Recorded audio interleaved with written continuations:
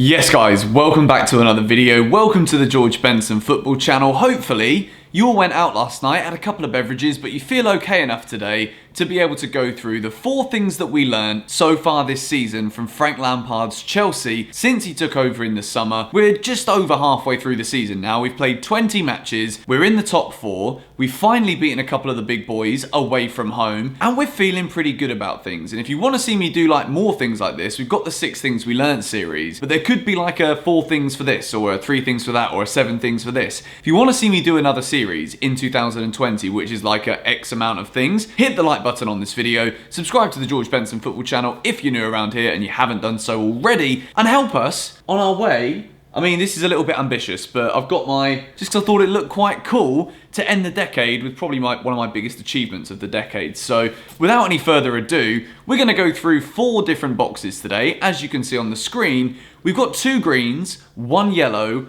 and 1 red. But I think overall, I do want to say before you think, we've just beaten Arsenal and now you only want to give 2 positives to Frank Lampard's start to the season, I've tried to make this as well-rounded as possible. I've tried to give in as much constructive criticism and progression within this video as we possibly can. Box number 1, it is a green box. Starting in the top left-hand corner, we've gone with the feel-good factor that Frank Lampard has bought Chelsea. And it's not just the feel-good factor of the little clip you can see on the screen within the box right now of Frank coming over and celebrating with the fans. We saw that under Antonio Conte. We see that when we win trophies. But one thing that I feel, and I put this on Twitter yesterday, and I know a lot of people are reciprocating this feeling as well, we know that this Chelsea team are not going to win the title this season. In the past, if Chelsea don't win the league, it's not considered the greatest success unless the Champions League comes with it, or a domestic double comes with it, or whatever happens. Chelsea are always looking to win the Premier League title. This season,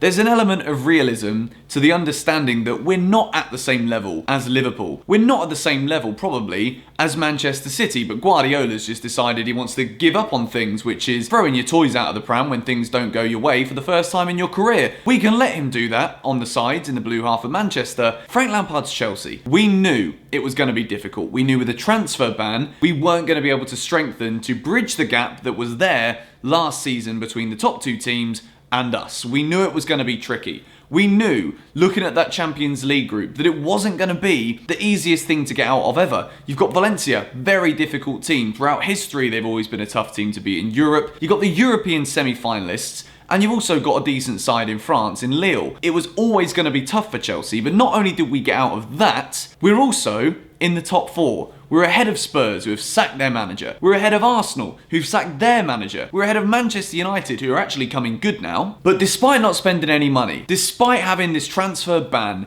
despite having so many young players in the team, we are still fulfilling our expectations right now. And to some people who wrote Chelsea off at the beginning of the season, we're actually exceeding what so many people thought we'd be able to do, which is an incredible feeling, even if we don't win the league. Right now, the feeling that I have as a Chelsea fan, the excitement to go to every game. Maybe sometimes at Stamford Bridge it's not quite the same, but we might get into that in the next box. Every single time that I'm reading something in the press, that I'm watching an interview, that I'm looking at one of the players' social media accounts, I'm feeling good about supporting Chelsea. Yes, it's been a roller coaster. We always knew that was going to be the case. We've had some ridiculous matches this season. The 4-4 against Ajax, one of the most incredible games of football you will ever witness. We didn't win it, but despite that, we came from 4-1 down. There is a belief within this side that transmits from the players into the staff, from the staff to the players, and then everything comes back to the fans. Everyone feels good, I think, right now at Chelsea. Yes, we need to fix the flipping home form, and we're going to stick box number 2 on the screen right now because, quite frankly, Chelsea are used to being a team that are extremely difficult to beat at Stamford Bridge. When we've won the title in previous years, it's been based off of an almost unbeatable performance week in, week out at Stamford Bridge. Whereas right now, under Frank Lampard, I personally feel as though it is this little bit of fear factor with some of the young players to play at Stamford Bridge and to really express themselves the way they get to do with the space that they're given and the freedom on the pitch when we play away from home. Chelsea need to realise that teams are going to come to Stamford Bridge. They know that on paper, not that on paper really means anything in football. Anyone can beat anyone in the Premier League. Teams come to Stamford Bridge knowing that they're not going to get a lot of the ball, knowing that Chelsea will control possession. They will try to pass their way around, use their creative players to try and get in behind the lines. Teams come, 2 blocks of 4, pretty much putting 8 to 10 players in the defensive box whenever Chelsea are going forward, and then due to that susceptibility to a mistake and an error in defence, teams can counter-attack, get the odd goal, and then just camp on it. It's like they either camp in front of the flipping shed end in the first half, or they camp in front of the Matthew Harding end in the second half. That is what teams come to Stamford Bridge to do. They bring the tent, they pitch it up, they start cooking flipping sausages, and everyone's laughing in the away end at Stamford Bridge. It's something that has to change in football. Changing your home form, yes, it's a bit of a voodoo. It's a bit of a curse right now. And it does seem as though every time we play at home, teams come and they think they're going to get something against us. It's something that has to change, but the way that we're seeing Frank adapt, and I move this into box number 3, where it's a yellow box because we don't necessarily know what the best team is for us to use right now. We've seen Frank use 3 formations in particular, the 3-4-3, the 4-3-3, and the 4-2-3-1. That is what we've seen from Frank Lampard so far this season. The good thing about this, and the reason it's a yellow box and not a red box, is that we can see that Frank is able to adapt his tactics. We can see yesterday, the prime example was yesterday. We see something isn't going very well. The 3-4-3, it wasn't working. Emerson is sacrificed, Jorginho comes in. Arsenal fans can cry all day and night long about the fact that they think Jorginho shouldn't have been on the pitch, but he was, and he scored, and we won the game. 3 points goes to West London again. London's still blue. Just thought I'd remind you, in case you've been living under a rock. But the fact that Frank is able to change his formation within the game is something that I'm so excited about moving forward. For a man that is just over halfway through his 1.5 season as a professional football manager, it is a brilliant sign for Chelsea moving forward that Frank's going to be able to adapt with not just what we're coming up against from a match-by-match basis, but in-game, he's a tactician who's not afraid to make changes even early in the game. Now, I've given it a yellow because I still don't think Frank is aware of what his best team is. I don't think he's fully confident with any of the 3 formations. I think that individually, he knows that we can do a job with all 3 of the formations. We've won games this season with the 4-3-3. We've won games with the 4-2-3-1. We've also won away at Spurs with the 3-4-3. And it's definitely something where you look at the personnel of this Chelsea side, playing with 3 centre-backs, whether we sign a centre-back or not, is definitely a feasible option for Chelsea, particularly when they're playing away from home. But what we saw yesterday with the 4-3-3, I personally believe that moving forward, we have to be able to find a way to fit Jorginho into this team on a more regular basis. I think that Kovacic and Kante playing as a 2 will probably be Frank's preferred 2 if we're going with a 4-2-3-1 or even a 3-4-3 with the centre of the park. Jorginho, the leadership he brought to the team yesterday, the way that he's barking orders to every single man throughout the entirety of the second half and the remaining third of the first half when he came on, this kind of leadership is something that this Chelsea team desperately needs moving forward. I've given credit where credit's due this season for Azpilicueta. I think he's put in some huge performances,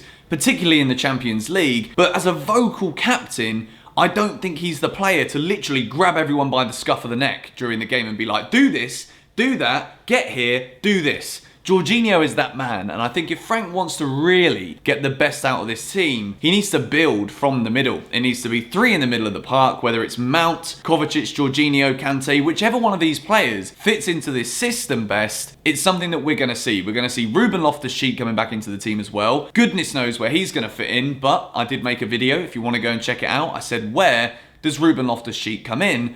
I think Ruben could easily fit into the left central midfield position if Chelsea are to play with a 4-3-3. Considering we're still in the Champions League, hopefully we manage to win and get rid of this Stamford Bridge curse by beating Nottingham Forest at home. If we progress in the FA Cup, matches are going to come thick and fast. We've got a lot to play for still in the Premier League, and those central midfielders will need to rotate with fitness, potential injuries, touch wood. I know that touching wood normally means bad things on this channel, but I'm doing it anyway just because I believe in that kind of stuff. Moving forward, Frank does need to find his best formation, but a real massive positive is that he can be flexible and he's not afraid to change things, which in a game-by-game basis could be key for Chelsea moving forward. And as we grow as a squad with transfers, players coming in, it's going to be very key that Frank is open to different suggestions and open to try different things moving forward with what is a talented side, but also a squad that may be depleted in quality, in depth. Box number 4, we're gonna finish on a green, and for me, it's 2 days until 2020, the 1st of January, brand new year, New Year's resolutions, whatever it may be. I don't know if you guys are gonna have any.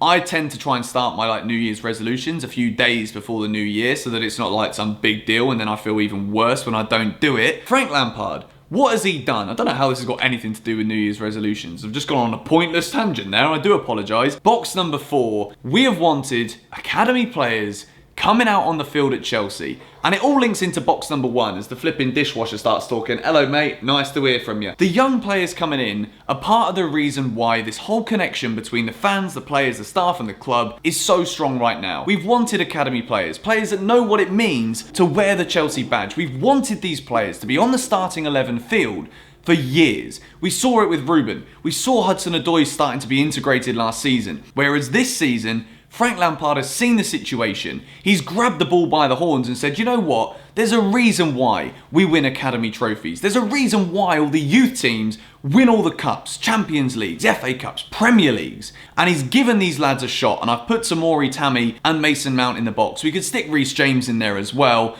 There's numerous other players. Tariq Lamptey comes on yesterday and puts Aubameyang in his flipping pocket in his Chelsea debut with 30 minutes to go.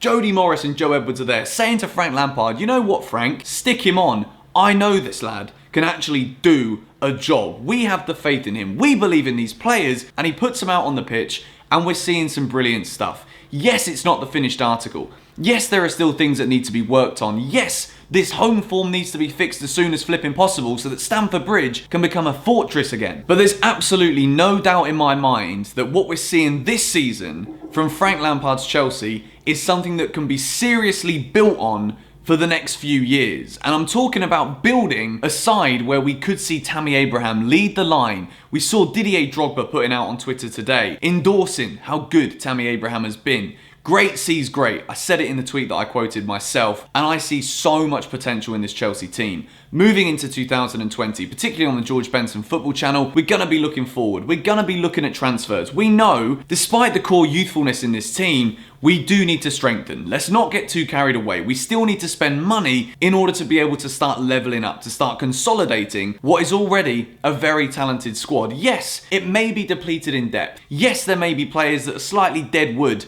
that need to get out of the club, or not necessarily get out of the club, but need to slowly be moved on to make way for the real bleeding in of this brand new generation of Chelsea talent right now within this side. But I, for one, am extremely excited for what the second half of the season is going to bring. If I was to round up the first half of the season, 2 green boxes, 1 yellow one, and 1 red one in this 4 things we've learned from Chelsea's season so far, it looks as though I'm being a little bit too critical, but I think from a rounded perspective, everything that you guys can see on the screen right now is either something very positive that we can celebrate or something that is criticism that is progressive with the intentions of seeing Chelsea move forward and continue to build what is looking like a very, very exciting team for the future. But not just the future, right now. We've got Brighton away on the 1st of January, the first game of the brand new decade. It's not going to be an easy one. Graham Potter's Brighton are looking really good.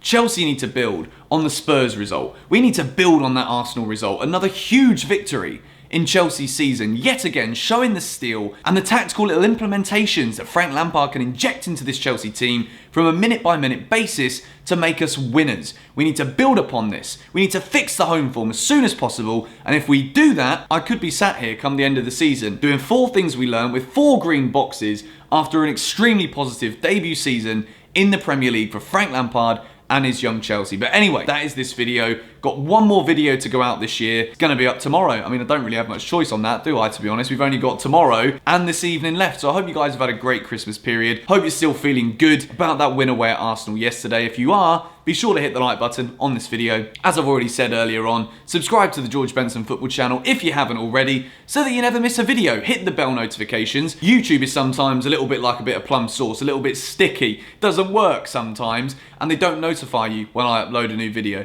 Again, I have no idea how this has got any relevance to plum sauce in the world. I really need to think about my analogies before I start talking about them. But regardless of that, enjoy this little clip of me on the kickoff yesterday. You might see this video appearing a few more times as well. This is the moment that Tammy Abraham scored for Chelsea. I will leave it with you. Catch you all later. Goodbye. Drive. Willian. Drive. now, it's Willian. Now. This is like City. Bottom corner. Put it in, Willie. Oh, and it's a shocking touch from Willian. He's fucked it. Again. Has he? He hasn't. Yes, it's Chelsea. Tommy Abraham. Oh, they've done it. It's 2-1 Chelsea. Within a few minutes, Tommy Abraham scores the winner. That is my striker. Look at him. Yes. He's the future. Remember the name. Come on, Chelsea. Where's your bounce? Tommy Where's your Abraham. bounce?